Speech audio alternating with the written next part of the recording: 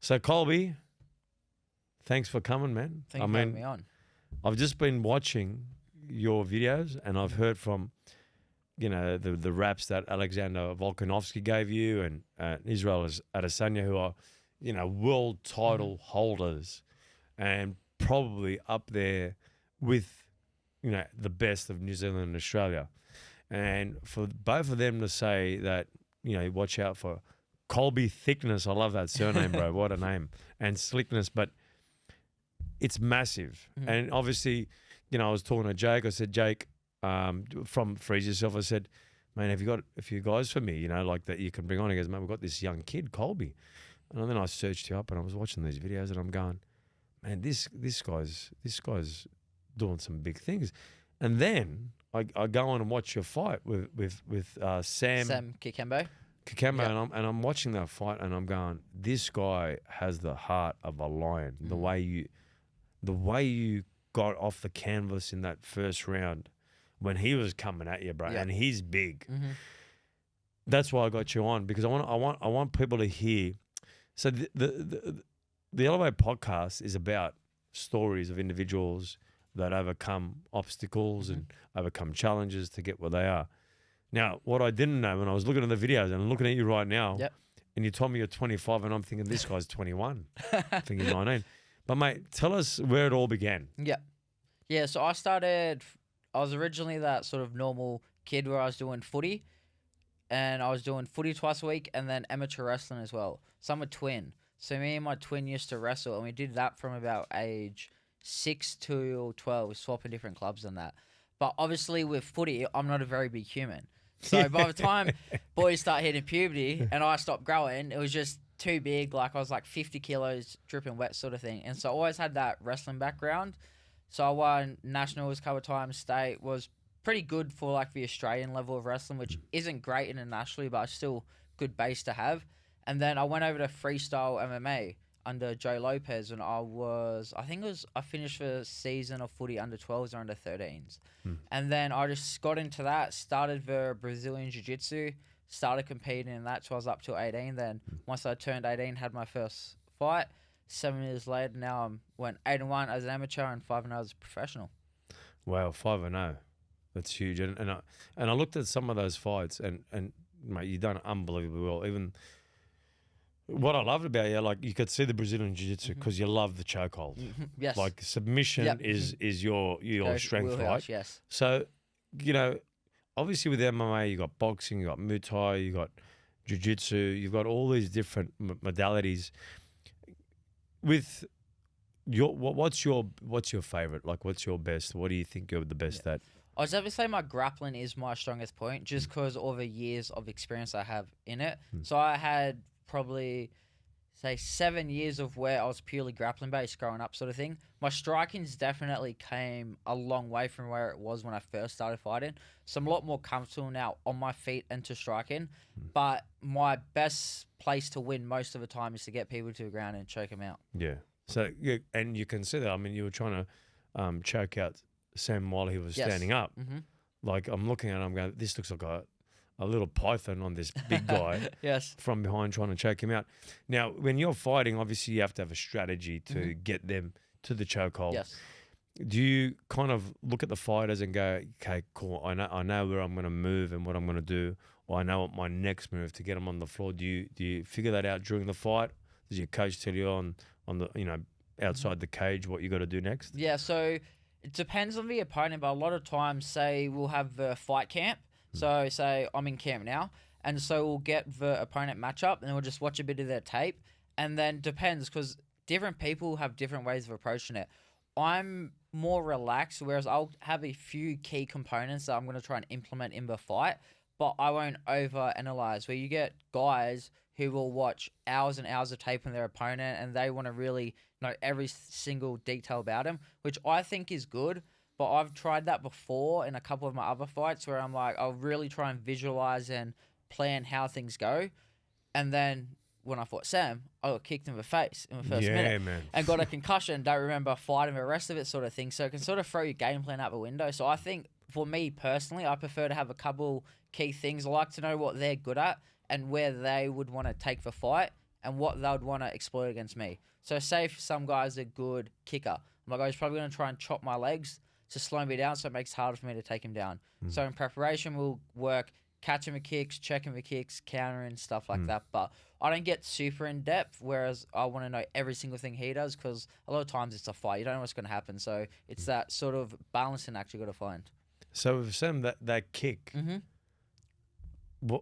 talk us through, like he kicked you flush in the face, man. Like, So funny you talk about the sort of mental side of that, because that was my first fight after 22 months. And That's right. Yes, I actually broke my back in that period. What?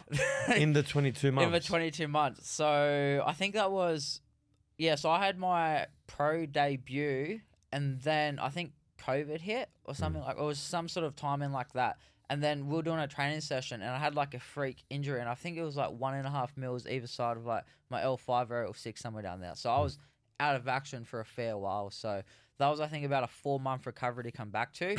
But then so that's why there was such a big time break. And before that, I did 3 fights in 3 days over a weekend. So why I'm getting with this is that people don't necessarily believe in ring rust. It's not necessarily that you're rusting there, but it's that feeling. And I remember walking to the cage there, and it was a different feeling to what I was used to because of the time off. And I remember he had very good range, so I couldn't really close the distance as much as I wanted to. So I went to close the range, and he threw a kick. I saw the kick coming, I blocked it, but then he reset his foot straight up the middle and then put me flush. That's pretty much the last I remember of that fight. I remember bits and pieces on that, but after the fight finished, my coach Joe came over to me, and he gave me like a pat on the back, and he said, "Good job." And I thought it was the end of round 1. I was like, "What are you doing, Joe? Like, I got 2 more rounds to fight." And he's like, no. And in my head, I didn't think it was over. I thought I got knocked out and lost. So I started chucking a tantrum, like, through my mouth. And I'm like, fuck, like, real angry about it. And Joe's like, calm down, you probably won the fight. I was like, wait, what do you mean? And he's like, the fight's over. He's like, yeah, you probably won. And I was like, oh, I don't remember. He's like, oh, you definitely got a concussion. And then, yeah, it turns out off, I guess just repetitions of the gym, I was able to just go off my instincts and still win. Just to give people context of that kick, I was watching it. I didn't see that kick coming. Yeah. But when I was seeing that kick and I'm listening to the commentators, they were like shocked, and they were shocked in your ability to come back. And they did mention the 22 months that you hadn't been fighting. Yes. It's not easy mentally preparing for something like that, right? What do you do mentally to prepare? Because I was watching a clip of yours where you said your routine doesn't change. If you get injured, your routine is the same. You know, I do my recovery stuff. I train the kids. I'm doing the same thing. I'm doing the same thing over and over again. How important is routine when you're trying to, take your career to the highest level? I think routine's paramount. I think personally for me, the reason I like routine the most is because I feel like people get off track or they sort of lose motivation or anything. It's because they fall out of that routine. So, per example, yesterday, I didn't have my best sparring session yesterday. Like, I felt flat. I felt good going in, but it didn't happen to be too great of a session. So, obviously, you finish the session like that, you're like, pissed off sort of thing. It is what it is. But then I just went home, did my recovery, finished off a day. Then I was back in the gym this morning, training perfectly sort of thing. So, it's having that set routine where I don't think it seems that any bad day or bad training session can linger for too long. But I know some people, they'll have a bad session and they'll eat at them for weeks and weeks and weeks. And I think that's what can really sort of creep in your mind. Whereas I'm fortunate enough, I get to train 4 hours a day, 2-3 different sessions. So there's always that room to improve. So you're going to have the bad sessions, but it's being able to leave the bad sessions where they are, then focus in on the good from that session, then just go into the next session, refreshed, reset, and then just start progressing in that. So sounds weird, but that's why after that 22 months off, it wasn't as massive of a mental task as I thought it might have been, because I still kept the same routines. I was doing my rehab 2-3 times a day, but instead of training, I just have to do my rehab, my stretching, and everything like that. Well, you're kind of in those 22 months itching, at the skin, going, geez, I want to get back in. I want to fight. How hard is it being patient through that period?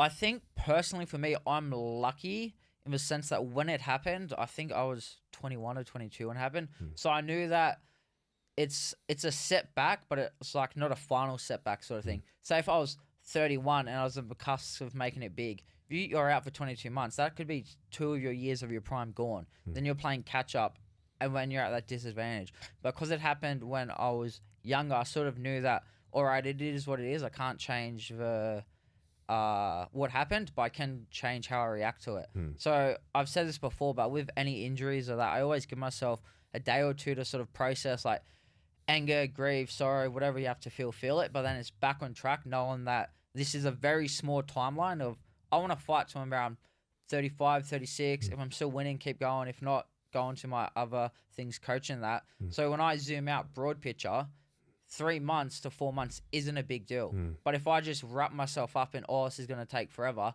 that's when you can start doing your head and stuff like that. But I'm very good at being able to zoom out and look at the bigger picture than just focusing on the controllables that I can control in sort of any situation that presents itself to me, I should say. Who taught you that, man? That's big. Like, just that mindset. Like, that's like wisdom at a young age. Like, I've got good role models with Joe and Volk from a gym and that, and then also I think it's just from being surrounded by extremely high level athletes and then very successful people. So perfect example, say when I was 16, 17, my mates would go out on a Friday night to a house party, drink whatever.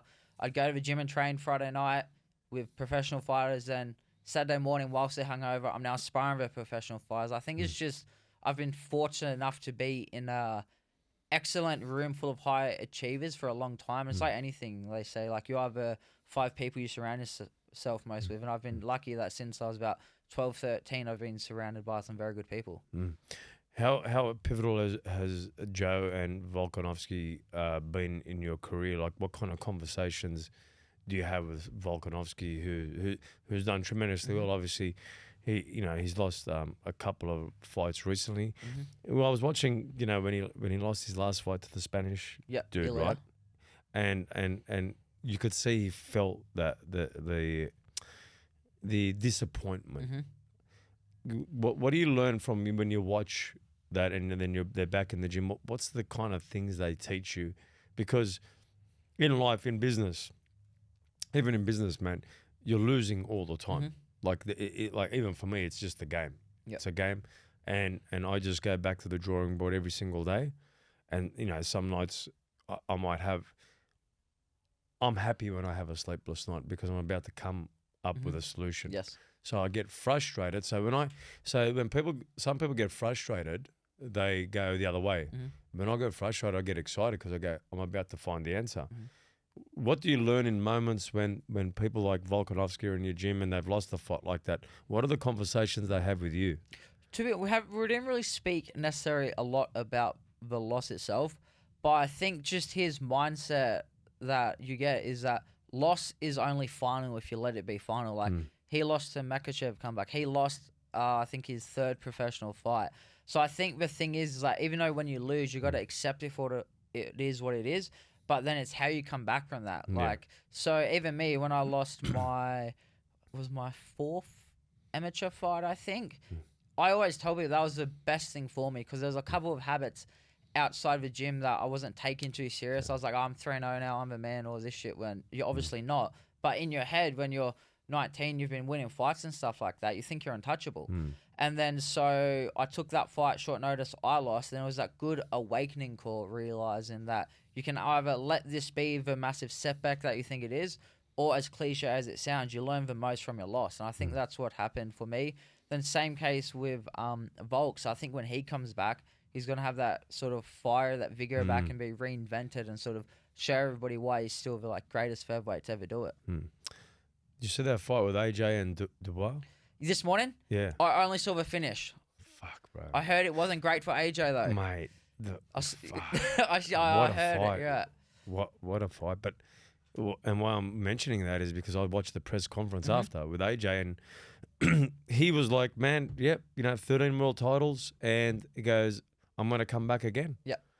And what I found with that, because I've watched a lot of his press conferences after the losses. Yes. The first few hurt him the most. Now when he loses, it doesn't affect him. Yeah. So my question is, how important, like, there's certain people that don't want a loss. Like, like if you looked at Mayweather, like everyone wants a zero next to their name. Yeah. What I found when I watched AJ after that press conference, I thought, this guy's sweet now. Mhm. He's comfortable with the loss because he knows his process and his routine coming back. Yes. Is that how you feel with the mixed martial arts game? Because and why I'm going to get more into this, but the loss doesn't seem to affect you because the way you got knocked out in that first round, bro. I go to myself, man, I'm watching this. I hope this guy wins. I'm about to interview him. You know what I mean? Yeah. Yeah. So like in the way you're processing, because I'm watching these guys lose for the first time, then they start losing, they come back and they win. And he said, what I'm doing is unbelievable British boxing. We got, Tyson Fury, we got AJ, we got Dubois, all these great boxers, and this is what we've done for it. How do you sort of get your mindset towards just understanding that part? Yeah.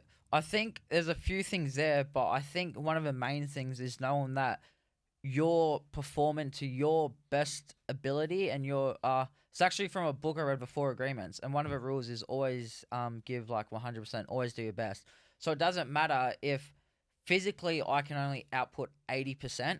If I give 100% of my effort in that training camp, even if I'm got a little injury or stuff like that, things aren't going right, as long as I know I've done my best within myself, then you can go out and results going to be what it is, sort of thing. Like, end of the day, we're throwing hands, shins, knees, elbows, and 4-ounce gloves. All it takes is one should have zigged and you zagged to get clipped. So I think as a lot of the professionals is once they suffer that first loss, they realize as long as you've done everything in preparation, nobody actually cares that much. Like, people are going to talk about it for 2-3 days of that, but then they're on to the next event, the next sporting event. And what you realize after a big win or a big loss is that the same people who sort of love you and like you for who you are, they're going to like you regardless of result. They only want to see you win and do so well because they know how much it means for them. Like, perfect example, my nan's here. She doesn't care if I win my next 5 or 10 fights. As long as I do the best that I can, she's going to be proud of me regardless. So I think it's knowing that once you get to that certain level, you have that support network around you. And at the end of the day, it's a sport.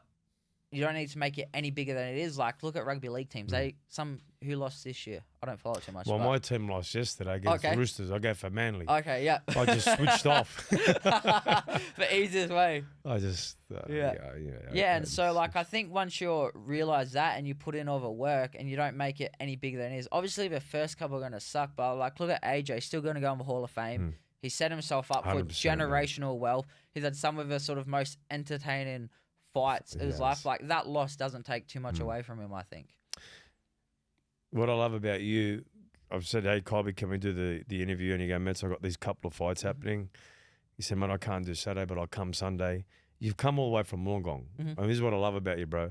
You bought your nan. Yes. Like, how important is family, your nan, in what you're doing? You seem like a family man. How important is that? Oh, it's crucial because without having your family backing you, you wouldn't be anything. So I'm 25. I still live at home. Because my whole life is dedicated to my journey of becoming the best fighter I can be in that. So if I was out, say, having to pay rent or that right now, realistically, financially, it wouldn't be viable for me to go out, find my own place, and be able to do the multiple hours of training I do a day and my coaching and stuff. I'd have to sacrifice that. So my family's... I'm very blessed to have them supporting me how they have been. And it's been since I was a kid. So Nan Pop, they used to come to my footy games. She was come to my jiu-jitsu matches. Mum and Dad would drive me down to Canberra, up to Sydney. They've come to all my fights. So I think, family is a very sort of paramount part of getting me to where I am now. You said before you got a twin brother. Yes, I do. And he obviously was playing sport up till 12 with you. Like, what does he do now? Does he look exactly like? Is it identical? I always say he's like the evil Bart Simpson of me. But, but he's covered in tats. And he's an avid golfer. He was it's funny, it's a joke, my coach actually bags me out. So in his last comp, he got a gold, I got a silver, different division sort of thing. But I can happily say he had more natural ability in that. But I think he just sort of wasn't that into it. Whereas I don't really pick up. I guess I do now, but I never really learnt things too quickly. I always just had to repetition. He was more that natural athlete sort of thing. But yeah, he's happy. He's working, Mm. goes to the pub, plays his golf. He probably loves fighting more than I do. Really? Yeah, in the sense that he's more a fan of it than I am. So I'll watch the fights if they're on and I enjoy them sort of thing. But I'm not crazy caught up in it sort of thing. I'm more just happy to do my own thing, whereas he's like that hardcore diehard fan. Yeah. How good's he at golf? Like, what's My he golf play? or his No, golf? his golf. Oh, I played one game with him. It wasn't anything special, I don't think. But that's we played 8 holes. I think I only got the ball in 3 of them, and the 5 I just quit. I just gave up. Like, I'm not a good golfer whatsoever. Well, does he play golf all the time?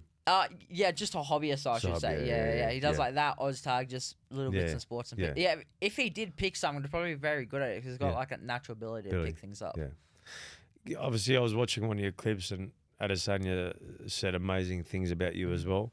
What's your relationship with him? Like, have you trained with him? Have you been in the same gyms with him? What's that been like? Yeah, so first time I met him was...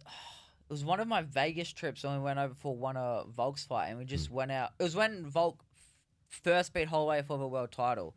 And then I met Izzy just on that week, and Volk beat Holloway and everything. And I remember we were out at this club, and it was like 3 or 4 or something like that.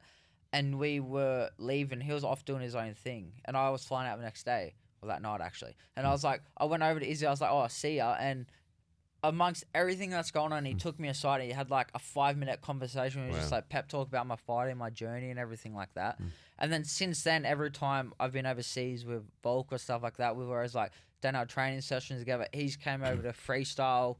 I got to do it. It was great. I did a session with Craig Jones and him, like the 3 of us doing grappling sessions. And yeah, so it's been probably 3 or 4 years now where we've known each other and that sort of thing. And just it's cool for me because you see this guy's fight on TV and it's like an inspirational thing, but then like, oh no, I get to train this guy now and then. Same with Volk. Like, you watch him beat Yair Rodriguez in the crowd of 20 whatever thousand people at T-Mobile, and then an hour later you're with a guy sort of thing. So it's very surreal. There's a lot of pinch me moments involved in this journey.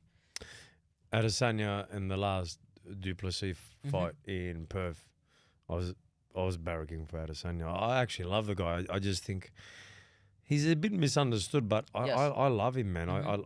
He speaks so well about so many great topics. He's such a good human being. Why do you think he's so misunderstood sometimes? Why? I think it's just that tall poppy syndrome, to be honest. I think people just hate seeing... Well, he's different, so he's not sort of that cut from the same cloth as everybody else. And because he's so successful, people always just try and find things to tear him down. But he's been honestly one of the nicest guys I've ever spoken to, encountered. Like, here's another good example. So I met... No, my bad. He met my brother at an after party thinking it was me, mistaken. So he's like, oh, it's Brody. And then he met Brody, saw him again like 12 or 18 months later, and he knew the difference straight away. I've got mates who spot us out that can't even tell the difference. And he knew it was Brody and not me straight away sort of thing. So he's like that sort of guy where if like he's very present with you and he's very willing to give you his time and that. And I think obviously everybody takes things differently than that. And I think just some people just don't like his approach to things, but I think it's great. Like I love MMA, his approach, everything. man. Yeah, how he would just go out, say what he's going to do, he's do it, how he's manifest, visualization. I'm all for, I think it's great. But as a fighter, honestly, you have to be confident that you're going to win. You have to say you're going to win. You can't just go in there and just go, fuck, you know, he's a better fighter than me. Let's see how I go. You're not going to say that. I mean, if you're going with that mentality, you're not going to go and win. And obviously, that fight was kind of going to be big for him. You know, if he wins that fight, his, you know, I mean, Duplessis beat everyone. It's crazy if Varani's on.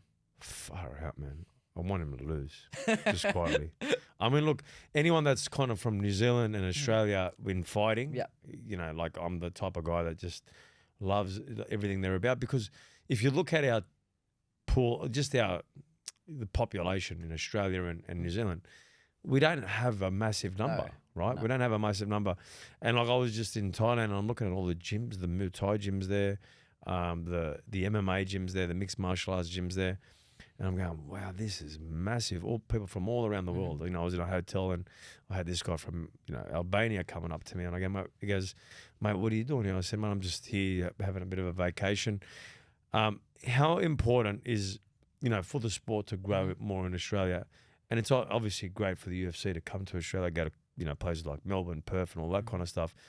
How important is it here in Australia to continually try and grow the sport, and people like, Robert Whittaker, even Richie Vass and Adesanya is in New Zealand, Volkanovski. How important are these individuals growing the sport in this country? I think it's massive because you mentioned a good person there, Richie Vass. So he was one of the original guys who got in that. Yeah. And why that's important, because I've been at freestyle since I was 12. I think I started Volk was 2-0 or 2-1, whatever it was then.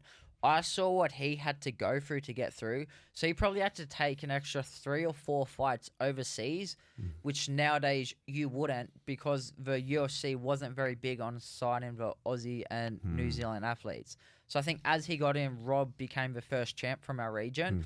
Then he sort of set the precedent, like, hey, it can be done. Like, there's a person from Australia who's now have a world title. I was fortunate enough to be a part of a gym when Volko won here. So it's not only was I part of it, I was part of a gym and the team.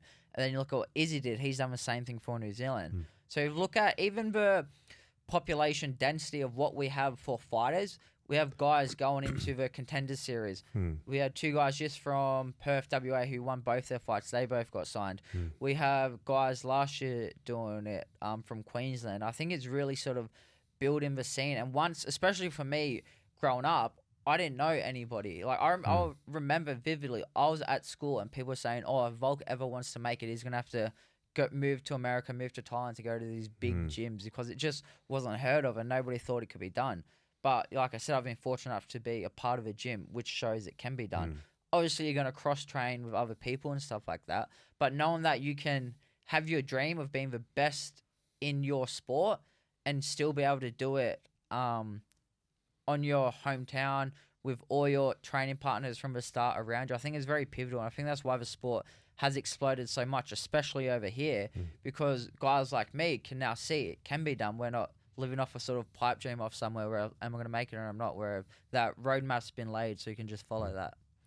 And how old is Volkanovski now? How I think he's 35 or 36. Really? Yep. So he's that's why he wore the grandfather. Yes, the old man. Yeah, the old man. Volk, yes. Far out. Yeah. So he is getting towards the tail end of his career. Correct. Right? Yes, he is. Yep. Robert Whittaker, have you met him as well? Yeah, so that's how I was. I used to go up to when it would be TP Gym. Used to be up at Cronulla with Bernardo Treco. So Volk used to go up and he used to spar Robert Whittaker and that. Then I was fortunate enough. I used to do some grappling sessions. That's how I met Richie Vass. So I used to do some grappling stuff with him and that. So yeah, Rob's I think 32 now. Yeah. And I think I was there. I think I met him just before he got into the Ultimate Fighter house. Yeah. Wow. So, yeah. Now the UFC is a massive company, a massive machine. You can see the vision of Dana White. Like every time you watch Dana White in any of the interviews, press conferences, he's not slowing down. No. He's not slowing down. His goal is to make the sport even bigger, and he's talking to the guys in Saudi Arabia. When you're watching these fights and you're watching Dana White talk, how motivating is that for you? Do you feel like he's taking the sport in the right place as well?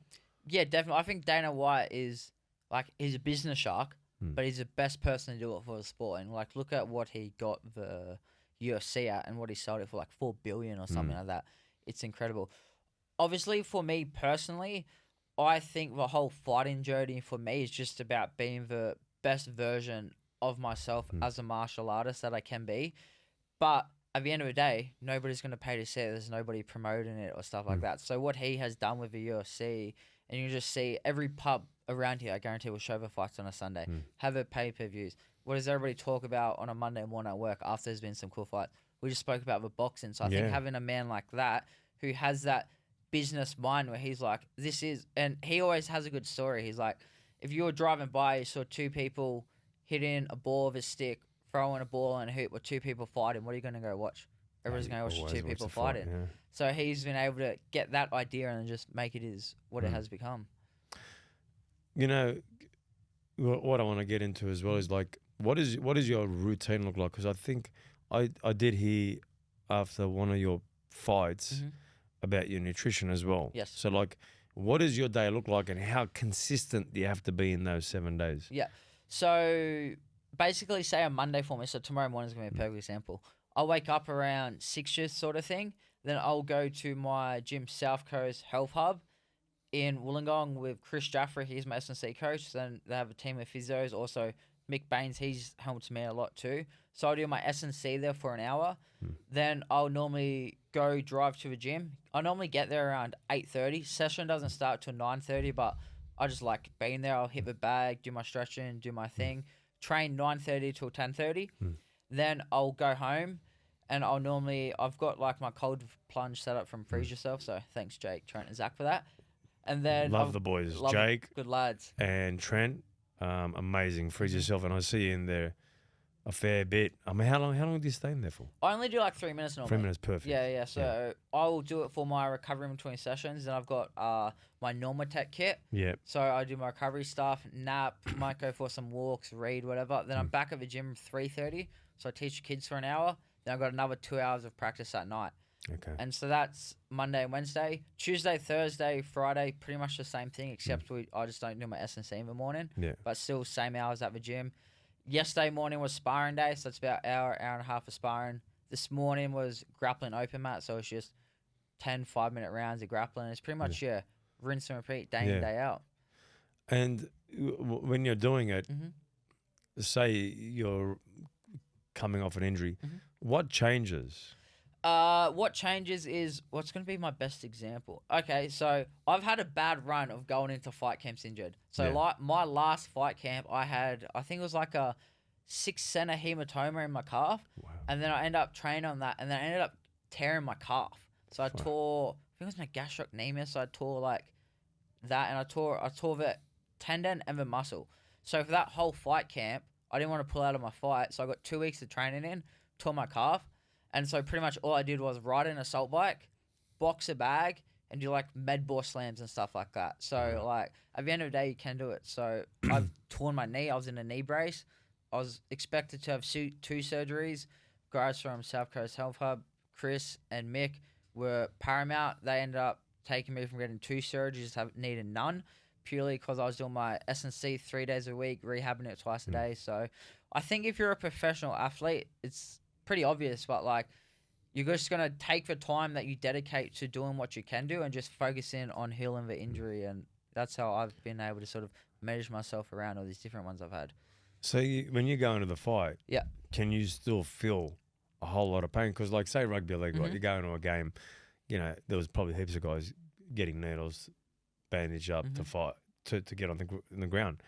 You can't do that in fighting, right? No, I think adrenaline's a hell of a drug, firstly. Yeah. But also, I think all of my stuff I've had have been at a good enough time where I was able to manage it. But so I was still fighting with a torn calf, but it wasn't going to affect me performance-wise. I said, I was like, because how it happened was I was defending a single leg, so I had my leg up defending, and I was hopping on my right leg to stay on my feet. And I hopped, felt like gunshot. So it's obviously sign that felt like you got shot, probably tore something. Yeah. And then I knew to myself, I was like, if that happens in this fight, maximum time is I'm probably going to have, worst case, another 14 minutes to fight. Yeah. I've done 4 weeks of training on it. I'm sure I can manage 14 minutes with adrenaline to fight through it, sort of thing. So you kind of break down the numbers. You're breaking down the numbers at each point, going, if I've got this injury, this is how I'm going to work around it. And then if the pain's excruciating, I've only got this many minutes. That's an amazing way of thinking. Let me ask you a question. Do a lot of fighters think like that, or are you one of those students where you can break down numbers so you know exactly what that finish point is? I think most fighters would, but I tend to be very cerebral in everything I do. So I always like to think backwards from, so like say now I've got hopefully 2 fights lined up. So instead of thinking I've got this fight and the next fight, my coach and I, we just bunched it into, say, it's going to be like an 11 or 12-week block. So we structure our training sessions. I've got a deload now. I've got up until this time where I'm peak. Then I've got my fight week, which I've got to cut my weight. Then I've got my fight. Then I'm going to have X amount of days to recover. Then I have to do another 2 weeks of camp, cut my weight again, and fight again. So for me personally, I always, like I spoke about before, I like to have that bigger picture. Mm. And so I work very well with having goals and certain things that need ticked off day by day, knowing how I should progress in that. I'm sure there are heaps of people in UFC who just rock up, train 6-7 days a week, and they just cut weight and they go on and fight. But for me personally, I'm not like that. I like to have like a very methodical approach of everything I do.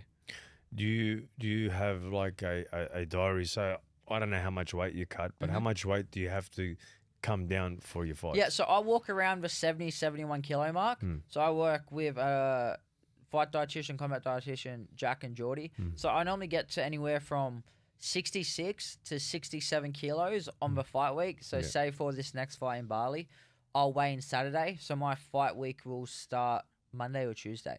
But then, so I'll drop around the 5 kilos then. So I cut like an average amount of weight for a bantamweight, but I'm also a very good sweater. So my last fight camp, I think I dropped around 4 kilos, and that was with an hour on the exercise bike in sweats, and I did like a 15-minute bar for next morning. Or if you get some guys, I know teammates who they take 4 or 5 hours to get the weight off like that. So I'm lucky in the sense that I'm genetically prepositioned to be a heavy sweater, so it does make that weight cut process easier for me. Wow. So you're going to Bali next, right? And obviously at this level, there's not a whole lot of money. Oh, yeah. Right? Yeah. So who pays for Bali? Is it your sponsors, or is it the people holding the event? And what's that like? Yeah, so the fight show, Chengdu Fight Now, they'll pay for us and our coach to go over sort of thing. Then I'm very blessed. I met these people, Ryan and Pat, after Volk first fought Islam in Perth at an after party. And so they came aboard as a major sponsor. So they originally started off as Rapid Building Approvals, but now they're PRP MMA. Okay. So that's like they do streetwear. They're getting into the MMA equipment side of things. So I'm honestly so lucky to have these guys in my corner. So there was a stuff up last time. They booked us ship flights, basically. So they covered our flights 2 days out before we flew out. They pay for our accommodation. They give me X amount of money to fight. And so having them sort of sponsors is paramount to allow me to do what I do. Because, like, I'll be honest, I made, I think, $700 for my last fight in Bali. Wow. Which is like, don't get me wrong, I'm very happy with not making money at this stage because I've got no illusions that you don't deserve money and you don't get money until you're at the very top of your sport in any field that it is. So I think for me now, it's just my passion project. It's just what I love to do. I could walk outside, some bloke hands me $1 million. I'm still going to do the exact same thing tomorrow. It doesn't matter to me. Money's worry me, I should say. Money's nice to have as that safety net. For right now, what I want to do, I'm fortunate enough to be in my position, no kids, nothing like that. I can just focus on myself. This is what I love to do and this is what I want to do. Obviously, when the money comes, that's good and everything. But for now, basically, I'm relying on these sponsors, having PRP, so they'll help me out, put us up in better ACOM than you'd normally get. But other than that, there's not a lot of money in the sport at this stage. But I think that's obviously once you get higher up, I feel like the guys in there deserve to be paid a bit more. But I think on the come up, anybody who thinks they're worth all this money is just like telling themselves stories. I think with like anything, unless you're in the top 1% of 1%, you chose to make this your career. You chose to be a full-time athlete. You're going to have to make sure you work and separate yourself from the rest of the pack to make this your living and make it sustainable. Yeah, because in the UFC, you know, I was watching a podcast where, you know, they were saying to Dana White, they were just rattling off all the numbers that these fighters were making. And I think in the top 5, I mean, take away Conor McGregor, Pereira was, I think he was at 11 million, but that was total earnings. Yes. In boxing, you look at boxing and it's just ridiculous money. Do the UFC fighters, the young people coming up, ever go, fuck, man, we train harder than these guys. We work harder than these guys. We get as many eyeballs on us as these guys. It's becoming bigger. Do they ever feel like, you know, we need to get paid more? Is there a union? Is there anything like that? There's not a union or anything like that. I think everybody thinks I think, honestly, I do believe everybody deserves to be paid better once you're at that top level of the sport. But at the end of the day, like it sounds cruel in that, but like if you don't like it, you're gonna have to. There's nothing you can really do about it. They'll tell you, UFC as a business, like go fight for someone else. We're gonna offer you the most money for your debut, and it's also with them. They think of it like they give you the opportunity and the platform. Because realistically, all it takes is there's been heaps of guys. All it takes is that one viral knockout finish to change your life. Yeah. And because they gave you that platform, then you're making all the money off the sponsorships. People are going to buy your merch. It sets you up to run your own social media channels. You might have your own YouTube channel, which blows up. So I think by them giving you the base and the foundation to make yourself go big on that stage, they provide the stage, and you just have to sort of do the performance or actions that will let you explode and get that sort of public notoriety. It sounds like you've read a lot of books, so you understand business in itself, right? Yes. So you're studying the business side, how I'm going to do dealings and all that kind of things, which is very, very important. So that's what I love about you. You're looking at this like, hey, this is a platform. I love doing this. But when I reach 35, 36, which is towards the end of my career, wherever that is, I kind of know where I'm going because we were talking and you were going, this is the vision. So you've almost looked at all those things. It sounds like you love training the kids as well. Yep. You're a great role model for everyone that's coming up because you've been around some great fighters that have given you their time. So it sounds like you're looking at it probably a lot more different. Like you look at Conor McGregor. Yes. I think, did you see last week where he there was a bare knuckle fight and he's part owner in it. I don't know how Dana White feels about it. But he was excited. He goes, we're going to grow this. It's going to go through the roof. Where do you think bare knuckle fighting is going? Because you're seeing these UFC fighters at the end of their careers go and get some more money at bare knuckle fighting. Yes. Where do you see that going? Firstly, I would never do that because mate, I've watched some of those fights, man. No way. They're bloody. But I mate. think guys at like the end of their career, they know when you're only going to get paid X amount, and MMA training is hard because you got to train for all the disciplines. 3 by 5 minute rounds. If your main event is 5 by 5 minutes round, if they're saying I can go get a quick 6 figures to go box 3x 2 minute rounds, most of it, once you've reached that stage of your career, you've copped shins to the head, elbows, you've been cut open, you've been concussed, you've broken bones, torn everything. So they're probably thinking, what's an extra injury cuts or that for that big payday? I don't think it's gonna ever get as big as the UFC. I don't think any other promotion will. I just think the marketing machine behind the UFC is too big and there's too much. And I think with that bare knuckle, it doesn't take the sport back a step, but it's very easy to watch two people with gloves on and be like, all right, they're fighting in a sense like it's a sport. But it sounds weird, but as soon as you take them gloves away and it's just bare knuckle, it's almost like it's more barbaric. And I don't think that translates as well over to the mainstream population of people compared to the UFC. But what's interesting is like Dana White bought the slap. Slap fighting league. Yeah, but he bought that. Yes. and people were challenging him. They're saying, there's no way you're going to make this a big business, right? And he's pretty much saying to him, you watch what we're going to do with it. When you look at the slap and then you look at the bare knuckle, like I'm trying to think which one would I watch. I'd definitely rather watch bare knuckle. Bare knuckle. I'm thinking the same. Yeah. Because when I'm watching Conor McGregor at the press conference, and he's talking about it, I'm going. I found that interesting because I go, Dana White bought what's it called, the slap fighting league. Slap fighting league.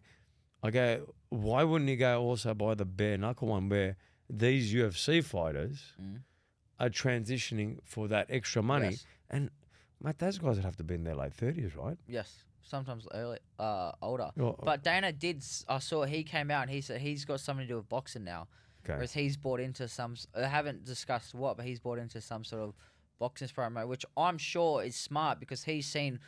Look at Jake Paul's last couple of opponents: Anderson Silva, Ben Askren, all these UFC guys who are going over to at the end of Nate Diaz's end of their contracts to go fight him. Whereas Dana's like, if MMA fighters at the end of the day, a lot of them, they don't know how to make money outside the aspect of fighting. That's all they've done, and that's how they're getting paycheck to paycheck sort of thing. Big paychecks, and they can sustain it. But he's like, if they're going to look for these extra paychecks once they're done with us, why don't I give them a platform so I still have some control instead of letting these people go and make. He's going to have that sort of hand in that pocket as well now, I think. Yeah. How big has Conor McGregor made the sport? Do you think like Conor McGregor was a pivotal point? The UFC continues to grow no matter who comes and goes. It seems to grow more. You get all these new characters coming through. Obviously, to sell fights, you have to. Like Adesanya's good at it. He really goes for it at the press conference. Even Volkanovski's very good. When you look at those guys, do you go, geez, I've got to have this persona if I'm gonna get bums on seats or sell tickets? Or do you look like you have some sort of persona? I go, this guy could go off. Well, my thing is I always think as long as you're authentically yourself, I think you're gonna attract the crowd and the people who like you for who you are. There is an aspect of whereof you have to turn yourself up to say an 11 or a 12 out of 10. If you're put in front of that stage, you want to be that little extra bit of yourself. But I don't feel like Colby Covington, for an example, you can just fake an image and just change your whole thing. Because as soon as the cameras are on, you've got to be that gimmick, be that person the whole time. Whereas I always think about it, I'm just very authentically myself. And people are either going to love you or hate you for who to them. And if you want, at the end of the day, it's dependent on how polarizing you are. It's how many eyes you're going to get on you. So if you have to turn yourself up to 11 or 12 out of that 10 when there's cameras and there's a mic on you, that's going to naturally bring people. It might bring people to hate you, but it might bring people to love you. But at the end of the day, as long as you got the people around you, it doesn't necessarily matter too much because it's just going to be more money and more eyeballs than you, which just equals more opportunities. Yeah. So, but you have to have that type of personality if you want the people to gravitate towards you. So, like in Adesanya's case, for instance, we talk about the tall poppy syndrome. I actually love everything he says. I've seen him on the different podcasts, and I just love his message when he was even on Joe Rogan. His message on everything is unbelievable, on worldviews, on everything. But obviously he's got that persona. He just says it as it is, and most 99% of the time, what he says is true, right? But then there's a big portion of the population, over 50%, that doesn't agree with that. That almost goes into and feeds into the beast that he's become, his persona, for people to watch, because you need people to watch you that go, I want Colby to lose and I want Colby to win on both ends of the scale. And you can't discriminate that because they're both viewers, right? Yeah. Do you vision yourself going, you know what, when I fight, I know what I have to become. I know what I have to level up to in terms of that persona. Does that ever come in your mind? Like when you're like, I'll give you an example. Yep. Say I go, fuck, you know what, I'm going to be 7-0, right? I'm going to be at the MMA. I'm going to be at the T-Mobile Arena. I'm going to be fighting this guy. He's going to say this. I'm going to say this. Everyone's going to know who Colby is. But I'm going to be authentic. But when push comes to shove, mate, I'm going to tell this guy what I'm really going to do to him because this is what I've been visualizing. Something like that. Yeah, no, definitely. So at the gym, I'm fairly cheeky and I do like to just, it's any sort of male sport or environment. It's like there's a lot of banners, a lot of shit, staring jokes and everything like that. And so I think when that time comes, I'm naturally very well adept. Like I'm fast at quick on my feet. I feel like I speak fairly well. I'm able to articulate myself and my points. So I'm not sort of too focused on that. But I do know when that time comes, I am very excited for it. Like I can't wait, even just hopefully for my second fight come up, I'll get to do my first press conference. And I love this side of things. A lot of people and fighters and athletes, I think they don't like the cameras or lights. They just want to do their thing, put their head down and train, which is, I'm all for that. Like that's pretty much got me to where I am and where I'm going to get to just by keeping that routine. But I also think if I can enjoy this side of things, I get to have a chat with you, go do all these different interviews, go on a stage, talk in front of people and stuff. I think that's a big aspect of the sports side of things. And at the end of the day, it is just a sport. Like no matter what you're doing, whether it be basketball, NRL, people, I mean, they're only watching you for the entertainment. You have a certain percent who watch it because they're connected to you. But other than that, most of the time it's getting drunk people at a pub watching you sort of thing. Yeah. So you're providing entertainment for them. So as long as you're aware of that, I think that's what allows me to take this and just enjoy it for it is what it is. Because eventually, I always think big picture. One day, nobody's going to really care about who I am anymore. I'm not going to have big fights. I'm not going to have opportunities to talk or anything like that. So whilst I might as well maximize it, have the most enjoyment out of it, and be as present as I can be for these moments. Yeah, fuck, I love that. I love that. I had Sam Goodman here. Yes. Sam's from Yeah, Wollongong grew as up well. Albion Parkway, yeah. Yeah, I had him here too. And mate, honestly, both your, paths sound very similar, because he started when he was 12, and when he said he was going to be a world champ, the teachers said, "Mate, you're out of your mind. Yeah. You're out of your mind." And his dad was here, and his dad used to say to him, "Mate, if you decide to go out with your mates and do this, forget about this career." And he really put his whole life on the line for this one thing. And his vision, when I was interviewing him, his vision was so strong that he's going to get there. Like, it's almost undeniable. Do you know Sam? Yes. Yeah. And you've spoken to him as well? Yeah. Do you feel like there's a lot of parallels between you two? Yeah, I definitely think there is, because we're both sort of the... And you're small too. Yeah, exactly right. And you came from footy. Like, everything's the same. Yeah, exactly right. But I think with Orsitter athletes, you have to be that... We know where we come from. It's not massively... Well, it is now in my case for the MMA sort of thing. But in Australia, there hasn't been many great elite boxing world champions that... So you need... Same with me. I need to have this vision that I'm going to be the best in the world set in my head in stone. Because as soon as you let that doubt or anything creep in, you might start sort of not going following that path. And I always say you've got to be delusional to be in this sport. You talk to any high level athlete, there's a level of delusion there which has to be there. Because if you're not delusional about the level of athlete that you are right now and the level you can become, the person who is going to put in that work, and he's going to overtake you. So there's two sets of delusions, right? Because I talk to heaps of delusional people. Yeah. But there's two types of delusional people. Yep. There's the one like you, Yep. that you go, the guy puts in the work, mate. He can have that delusion. Yep. And then you got the delusional one where they're couch potatoes, and you're looking at them and they go, "Yeah, I'm going to do this." And what they do, you know how you said, you talked about your routine? They've got the same routine that gives them the same results. That's so low a standard that I go, "You're actually fucking delusional." Yep. Whereas the like the person that is the workaholic, like yourself, like the Sam Goodmans, when you see someone work like that, they're delusional, but it's the delusional individual that has the work ethic that makes it, and no one believes in him except that delusional individual, because he's actually taking the action steps to get there. And then you got the delusional ones on the other side. They tell you, they go, like the guys in the pub, they go, "Mate, I'm going to be a fighter. I'm going to be a fighter. I'm going to be..." Okay, what the fuck? You're in the pub every Friday, bro. How are you going to be a fighter? You said you're going to start on Monday. You didn't start on Monday. You said the Monday after. You didn't start on Monday. But I totally agree with you, because whether you're in sport, whether you're in business, you have to be delusional in your goals in order to get there. Same as Dana White. When he started, he was losing so much money. He said, "Boys, put in more, put in more, put in more." He was that delusional. No one believed in him. And his vision didn't change.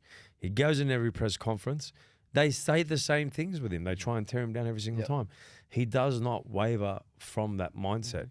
And that's what I love about like you and Colby. I just met you. I've seen you online, but when Jake said, "Mate, this guy's unbelievable," and then I seen Adesanya and Volkanovski and all these people talk about you, and then the way you're talking to me today, I'm going to myself, this guy's well read. And you said in part of my routine is I read a book at this time, and you can see that business side. And man, I honestly wish you all the luck. I think there's so many great takeaways here today, not just for young people trying to make it in sport, but also anyone that's in business that wants to go to the next level. When we work, Kenny and I, like it's 365 days a year. It's 7 days a week. And we always say we have to outwork everyone, but more importantly, we have to beat our best selves every single day. And I think that's who you are. And man, I can't wait to see your career blossom, man. No, thank you very much. Don't forget me, bro. It. I won't. Fucking hell, Forever bro. delusionally I want to be hanging out with optimistic. Jake a lot, bro. Like, Jake said, "Mate, you got to interview this guy, Colby, man." He goes, the guy's just built differently, mate. They said, both of them, they said, "Mate, you're going to really like him." man. And then when I met you and you brought your nan here, and you got the values. You're aligned with the right people. You got the right mentors. You've got everything. Like I'm just chatting to you and I'm going, man, I'm inspired by everything that you've said here. So I want to thank you for coming. I want to thank you, Nan, and coming here. You got 2 fights happening. Yes. Mention those 2 fights. Tell us what's happening there. So you I got can Bali. mention the first one in Bali. Yeah. Chengdu Fight Night, October 27th, and then we're aiming for the fight on Hex Fight Series for an Australian title. Yeah. So that's the goal. Is vision map is to win these next 2, finish the year 7-0 with a belt. UFC is coming to Sydney in February, then push for that. Wow, love it, man. And guys, make sure you follow Colby Thicknesse and nickname Slickness. Thickness, yeah. Fucking hell, man. I got to change my name. I'm going to change my name. It's much better. Thanks a lot, brother. No, thank you very much, bro. I appreciate it. I appreciate it. Yeah, thank you, bro. Over and out.